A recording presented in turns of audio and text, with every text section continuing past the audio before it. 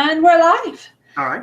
Okay, so welcome to This Creative Life, number 3, with David Sondered. Thank you. And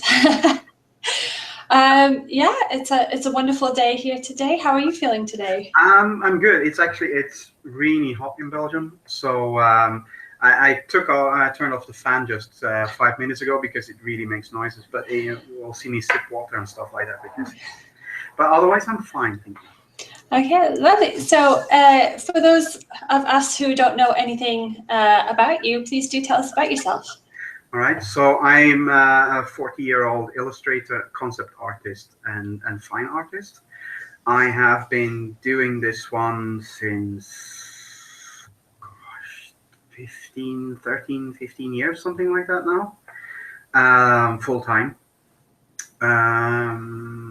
I share a studio with my partner in life and in crime, my wife, and I do stuff for Games Workshop, Fantasy Flight Games. I do stuff for cinema, for book covers, and I do a comic book together with Aaron Demski-Bowden.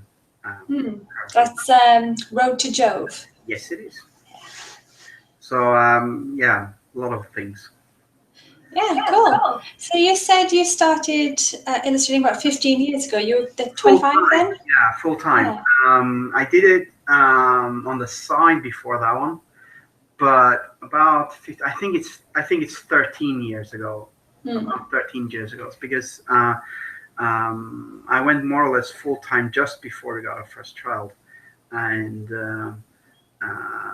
had that one as a full time job. At the same time, I also studied, and I had another job on the side, and so we both, me and my wife, tend to be a bit. We interpret full time freely. Let me put it like that. We actually do more than full time jobs technically. So, but around the time my son was 1.5, 2 years old, somewhere like that, that's when I just dropped everything else and just did this one. So, yeah. Was there a catalyst to that? Or was it just like a slow build up to the point where you could just flip it? There was a catalyst to that one. It was that before that one, I was sending out my resumes and my portfolios to different people, and I did just personal, private commissions. But at a certain point, a wonderful art director rather, called Zoe Robinson from Fantasy Flight Games, contacted me and said, "Hi, I've seen your stuff around. Would you like to do some stuff for us?" And I think I had sent something to Fantasy Flight before that one, but it was different because it was not. She had actually found me somewhere online and went like, "You know what? We like your stuff," and it made such a huge impact on me because I did work for them, and then it took I think about 3 or 4 months before stuff came out. And at the point where that one came out, from that point on, being able to showcase that, I had a larger company that I worked for, a bigger company that I worked for, made a huge difference when I had contact with other companies. So at a certain point, I actually started getting a lot more work just because of that one. So it kind of fluctuated over into a very easy and simple way of working. I just happened to have more success with my job applications. So it was like the straw that broke the camel's back. Yeah, it was kind of, because I think the first time I ever did any paid work illustration wise was 2001 something. It might have been already 99. So I've actually, for a company, so I've actually done, loads of work during the years. And basically it's what everyone says, you don't give up, you just continue, because eventually you will break that ice on the bucket. Makes you possible to take the water you want.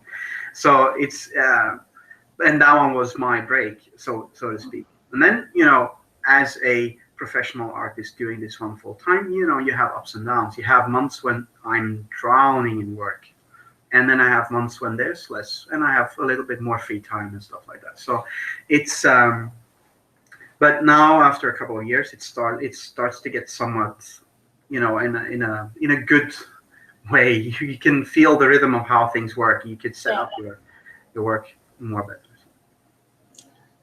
Cool. So you also illustrate a free comic online called Road to Jove. Yes, I do. And that comes out once a week? Yeah, we actually, I think we said that we are going to update that one 3 to 5 times a month. So the general idea is once a week. On occasion, it's going to skip a week, and sometimes we will, put something extra in and stuff like that. So it's free to find. It's always going to be free. Because that's just the way we wanted it to be. However, we also have a Patreon because it's, when you do something like this, you invest time in it. We have other commitments, and sometimes it's difficult to say no to other commitments if you have something that actually doesn't bring anything in. So Patreon is great that way, because if people like it, they will give you some money, and then you don't feel bad about saying no to 1 or 2 jobs. So it's it works out quite good right now. So it would be awesome if it would be a full-time paid job, but we're just happy doing it. And it's I like working with Aron because he's late a lot of the time, but so am I sometimes. But the first time we ever had contact with each other, it kicked off. We really met each other personally on a good level. We seem to understand each other quite well, and he will come up with an idea, and I will spin on that one, and it will come together quite good, or vice versa. And we very rarely have any misunderstandings, and that's quite important when you work together with someone. So plus the story is quite good. I know where things are going to end up ish. I know how it's going to end. I just don't know everything on the road, but it's a really awesome story, and I feel quite privileged to be able to illustrate it. So yeah, so it's something we want to show, and so it's always going to be for free. Yeah. So how did you guys meet then? Gosh, I don't actually. I think it was quite weird because I read a couple of his books from Black Library, and I thought, amongst all of the books from Black Library, I thought they were, amongst the better ones, if not the best ones. And then I think we were hanging out on different forums and stuff like that. And he has a nominee he uses on several forums, ADB. I had no idea that was him, so I was just talking, and then at a certain point he just contacted me on Facebook and asked if I wanted to do a commission for him. And then we started talking along about the commission, and we just realized that we had quite a lot of things in common. He's 5-7 years younger than I am, or something like that. I don't know actually. I'm going to his birthday party in about a week, but you'll find out then. Yeah. Count the candles. But we have a lot of similarities in how we work and what we think about things. And eventually we were chatting somewhat, and he just went like, "It would be fun to do a comic," and I was like, "Yeah, that would be awesome to do. It would be fun." And he goes, "Yeah, us together." And I was like, "Oh, you meant like that? Yeah, sure." So yeah, that's kind of where it went.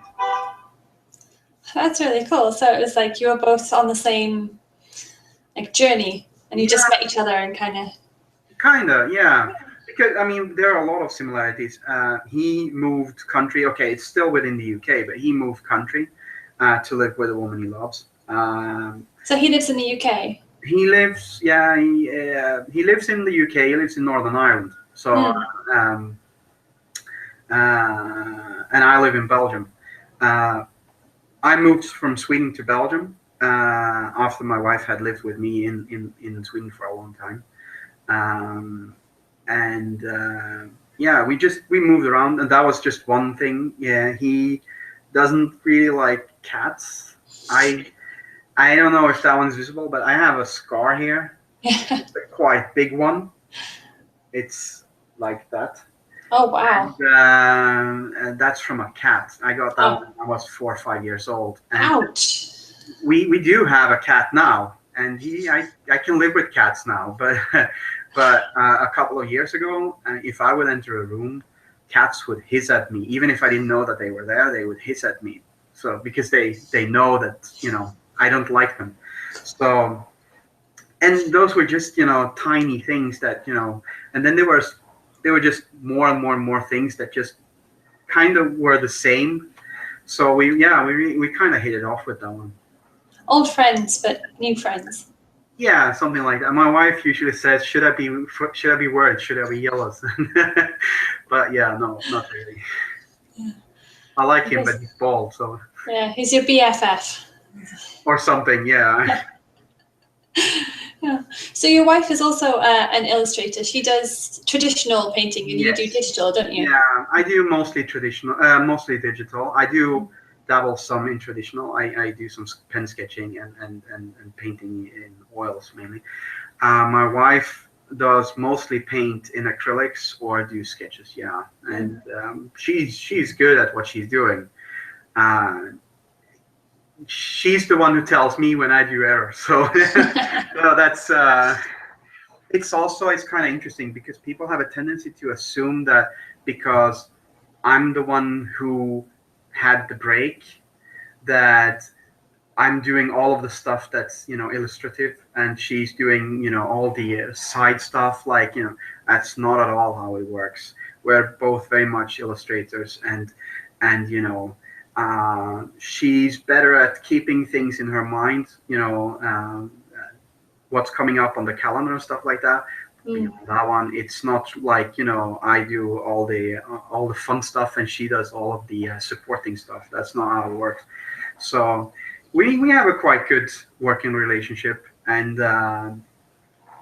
you know, sometimes when you meet someone and you can spend your life with them and they share the same ability and interest, it's just awesome. Yeah, I can imagine. Yeah.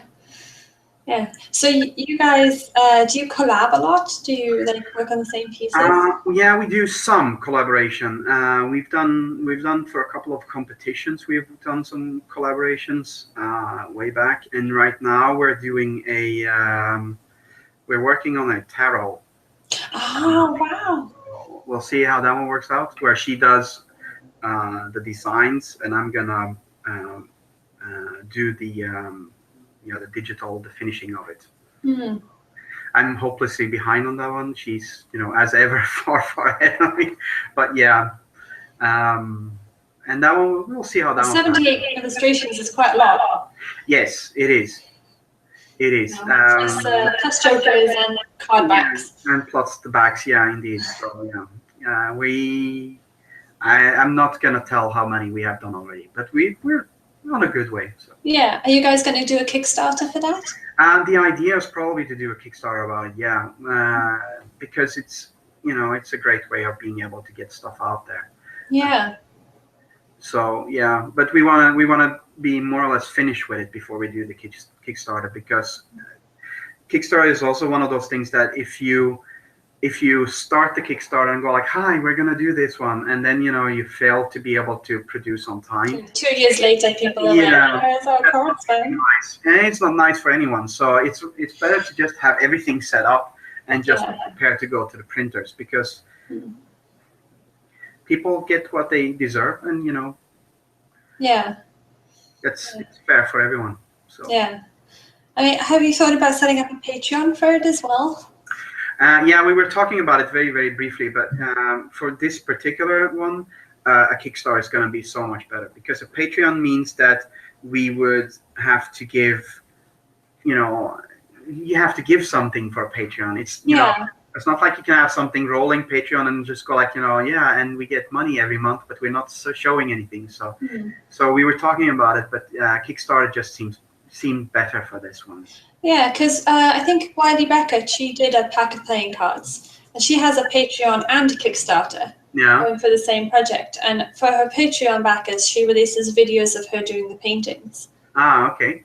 And then for the Kickstarter, you actually get the paintings and the cards. Well, that's an idea. I don't think that's something that we would do. But I mean, if people are interested in it, tell us, because obviously we would look into what people are interested in. But for now, our idea was just do a Kickstarter, go slow and easy, and have it done, and then Yeah, I love that when people release art books on Kickstarter. I'm always throwing away huge amounts of money on people's art books. Yeah, I have the same, and people tell me, you should do an art book with all of your stuff, and I'm like, I can't, because 95% of the stuff I do belongs to someone else. NDAs. Yeah, and then not just NDA, because an NDA just reaches up until when I'm allowed to show it. Yeah. And then you have but I also signed off the rights, so I can show it, but I can't sell it, and that's quite common in the industry of illustration. So I think Wizards of the Coast is one of the very few of the big ones that actually allow you to sell prints of your own stuff. Yeah, because they pay relatively low, don't they? And then they give the artist the right to sell their work. Wizards of the Coast actually pays very well. Does it? Okay. Yeah, for a card company, they're not the super top ones, but they're somewhere in the middle. But because you're allowed to sell placemats and I think prints as well, I haven't done any work for Wizards of the Coast, so I don't know. But because of that one, you get the extra income, so it makes them land higher up. Yeah, because you get to do that one. You get the freedom. Whereas, for instance, you have a company called Applebot, who are really top tier payments. They I think you get almost 3 times as much or 4 times as much money per card that you get from Wizards of the Coast. But on the other hand, I'm not so sure. I don't think you have any rights to sell anything. Okay, so there's give and take.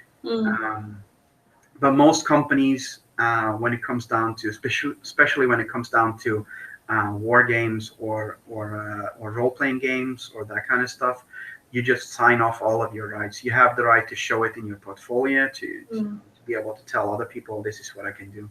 But you don't sell any prints. Now there are exemptions to that rule, but as a general, that's how it works right now. And do you find that gives you enough income to live off of, or do you wish that you had more original works to sell? Well, it would be nice to have more original works to sell. The things that I do that would generate the most money is also from companies where I can really relate to and where really understand that that would not be an option. Because some companies that I work for have a very strong intellectual property, and the moment you start selling things on the side for artists, they are letting go a wee bit of their power of their intellectual property, which opens up so much stuff for counterfeit and those kind of things. It comes down to what you want to do as a company. Some companies go like, we're releasing it. It also has a little bit to do with things like, I believe Wizards of the Coast is really open and free with specifically Magic cards, because to an extent it's the card comes out and you sell them because it's something that you buy a package of, and people will buy them because they need them. And a lot of trade is done with the cards between people, and you sell, and that's impossible to get past.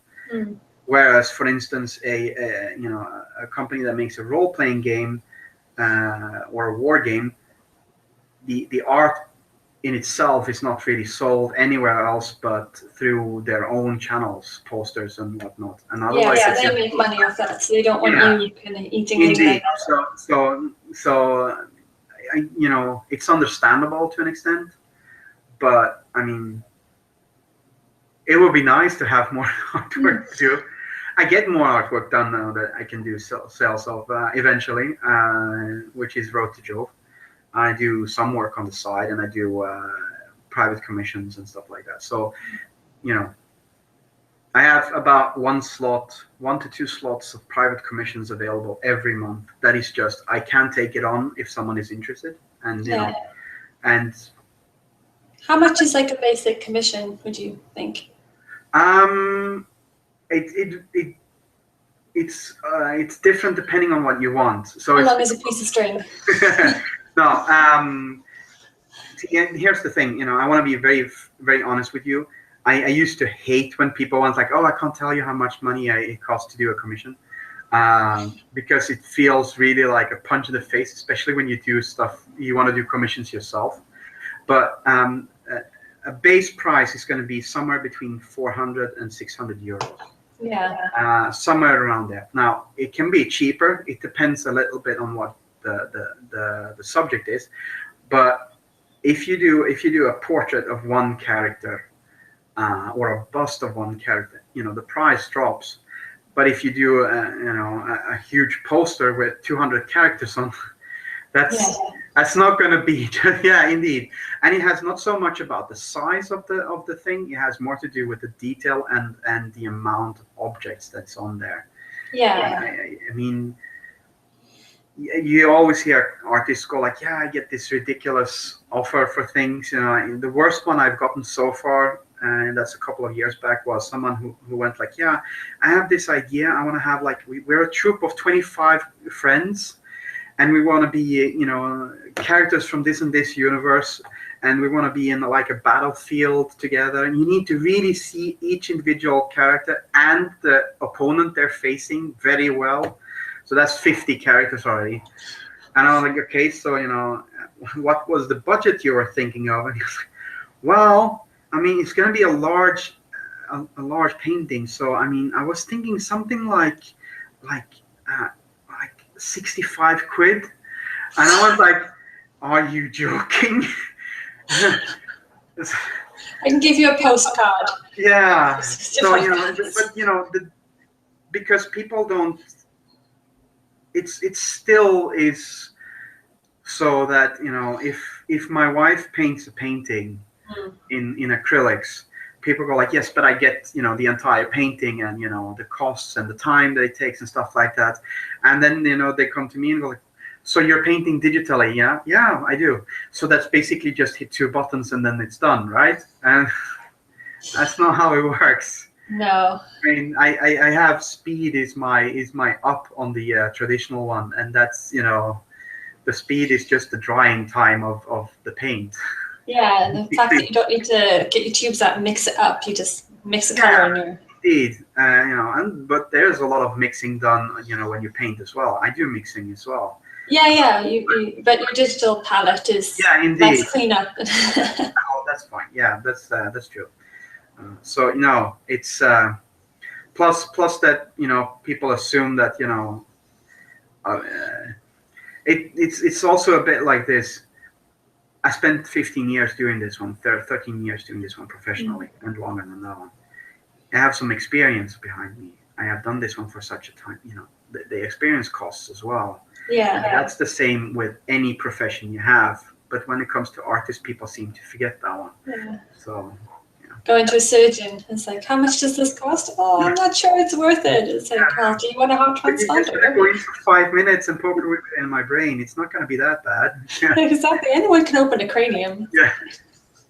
So, yeah, it's like that. Yeah. And then people go like, yeah, but, you know, you have talent for it. You know, I couldn't do that one. You know, I don't believe in talent. I really don't. Talent is... I think you can have a lean towards it. Yeah, well, and you can have some kind of a natural eye to see things, but it takes a lot of work to get good at it. I really don't believe in that one because, you know, I think it was like this. Sure, we can talk about talent, but I think that talent is whether you're willing to go the extra length for something. So, if you have a talent for being an athlete of some sort, that means that you just want it. You find it fun, you find it exciting, you find it, and so it will feel easier for you, and you will work hard to get there.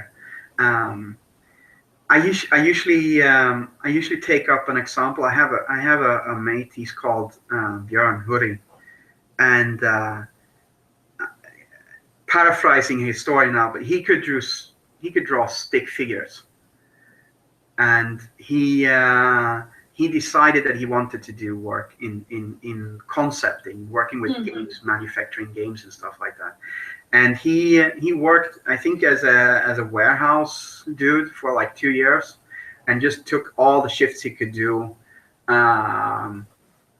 gathered all the money he needed, and then he took 6 months off and painted and drew every day for 16 hours a day, and made a portfolio so he could get into a university. And in Sweden, you have the benefit of being able to take student loans, so you get paid that you then have to pay back, but you don't have to worry about your income whilst studying at universities. I don't know if he had the option to do that one, but I think he did. So he had 2 years more where he studied, and 8 hours a day plus 8 to 10 hours more sketching and doing. And he was showing his progress on like an old forum called conceptart.org. I don't know. Yeah, that's still going. Yeah.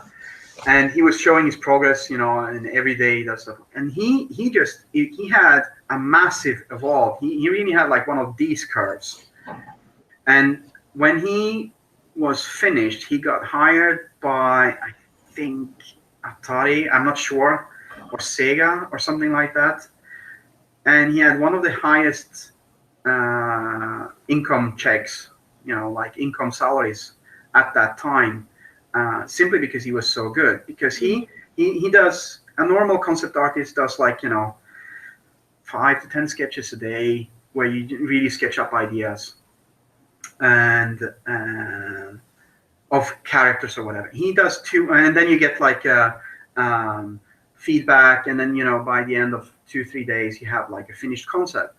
He could do like 200 sketches in the morning and have 10 to 15 characters done by the end of the day. And that's just because he wanted it. Because, like I said, stick figures, if you have a talent for something, the way people talk about talent, that means that when you start with something like that, you already know some stuff. But he did horrible stuff.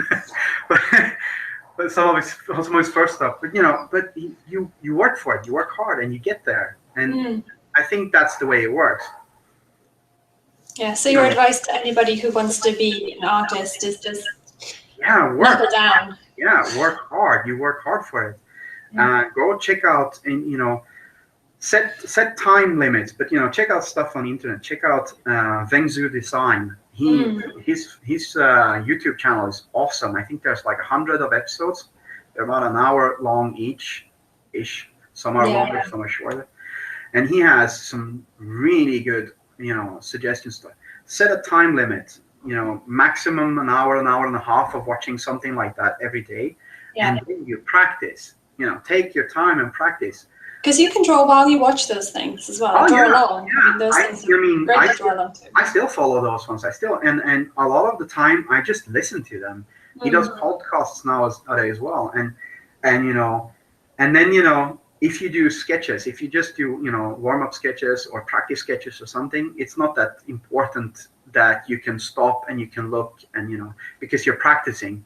And if you're working, I try not to listen to them when I work, because if you stop, it's difficult. You have a startup period all the time. Every time you get stopped by something, it takes a while to get going again. Yeah. But, I tend to listen to those ones when I do warm-ups or when I do just practice runs. And if there's something that sparks your interest, you will get more attentive and you will start listening to it. Or if he's showing something, you want to see it, and that's fine when you're practicing. But practice, do it all the time, and stupid things, draw boxes, draw balls, draw lights, whatever you want to see, because it's also, people have a tendency to go like, yeah, but you can do this one now, so you don't need to practice, drawing circles and balls. No, I do, because you need to keep it up. You need to be able to do it all the time. Now, if you spend several months and a lot of the things that you're doing is circular or oval or stuff like that, then you don't need to practice it. But if you don't do that one on a regular basis, you do need to practice those things on occasion. And it's boring. But if you want it, if you have talent, you need to do those things, and you want to do those things because you know that it will get you somewhere. Yeah, definitely. I mean, I only started doing this professionally a year and a half ago. Yeah. When my daughter was about 1. Yeah. And she started to go to daycare in Sweden because you get free daycare. Yeah. So we sent her when she was 1.5. And before that, I was like, I have to start to take this seriously if I want to do it as a career. Yeah. Because before that, I was just like a hobby artist. I'd paint, I'd draw, and it was never really something that I sat down and I practiced. But since I sat down and I started going, no, I need to study anatomy. I need to study composition, landscapes, light, color. And, you have to actually treat it like a study session. What am I going to learn today? Instead of going, oh, I just fancy drawing something and I'm not sure what. Yeah, because that's the important part as well. When I talk about, drawing circles or drawing boxes, a lot of that one is, muscle memory. But if you start doing, I've been drawing boxes for a week now, and the muscle memory is starting to get there. You still need to do it. There's this old saying, 10,000 hours means that you know it. Yeah, 10,000 hours to be a master. Yeah, indeed. So you need to pull those hours anyway, and that's no joke. That's no loose thing taken out. It really is like that. If you don't do the hours, you don't get good. I need to still pull all of the hours to get there as well. So but after a while, doing just boxes or squares, that gets boring. And then at that point, you do perspective. Okay, so I'm gonna learn perspective now by drawing boxes. So and then once you're done with that one, and you've spent loads of time on doing that one, we'll do buildings, do high rises, and that's also boxes.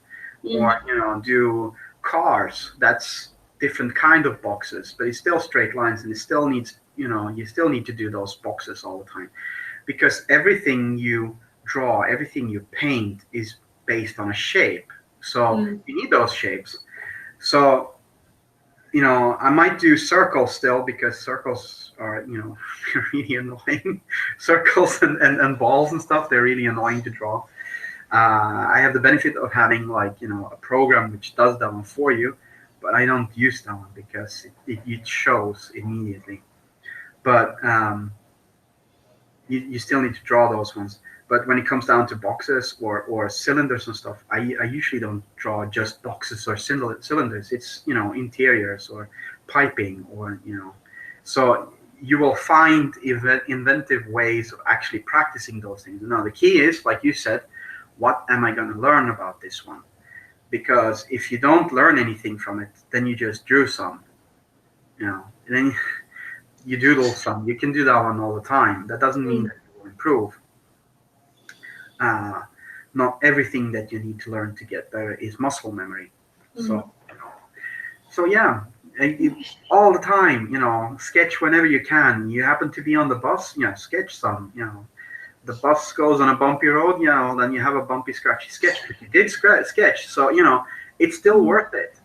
Yeah. I think the amount of papers that goes through this house every month is massive. We're no friend to trees. Recycle's important. Yeah, exactly. Yeah. Yeah, I think these days people have this idea of if you keep a sketchbook, it has to be filled with these amazing sketches. No. My sketch is still terrible. No, and people share sketchbooks, and they make sketchbooks that they sell off places. And people go, yeah, oh my God, they made this sketchbook and they sketched it all out, and then they just printed that. No, that's not how it works. You go to your computer, you scan it in, and you take the image that you want from one page, and you leave all the scrappy ones, and then you pose it together good and stuff. Yeah. I know one person that I know of that probably never fails right now. Well, I think he fails as well, and that's Kim Young-gi. Have you heard of him? The Korean guy. Because everything he pulls off, you just look at that one and you go like, oh, start. But that's the same. The reason why he's so good is because he takes 3 hours every day to just go out and sketch things around him. He goes all around the world, but every day, 3 hours, he sketches things that he sees. And if you don't do that one, you don't get good. Plus, I also know that he sketches, and then if he sketches something wrong, he will sketch over it. He will go over his lines and stuff. Don't be afraid to make mistakes. Mistakes are what you learn from. It's how you solve the problems, how you solve the mistakes. That makes you evolve. So, Yeah, I totally agree. If you're not failing, you're not trying hard enough. No, indeed. Well, yeah, I mean, I think we've been chatting for about half an hour. All right. Just over. So yeah, we could probably chat all day, actually. Probably. Just geeking out about everything. But maybe we could chat again soon sometime. Absolutely. Yeah, so I'll let you go and get some lunch. Thank you. Well, thank you so much for chatting today. Thank you. I've put links to your Patreon and Roads to Dove and your studio Colrophobia, yeah. Yeah, in the description of the video, so people can go and check that out and support you on Patreon and find you around the webs. That would be. Well, thank you so much for chatting, and yeah, we'll say au revoir. All right. Thanks. Thanks. Bye. Bye.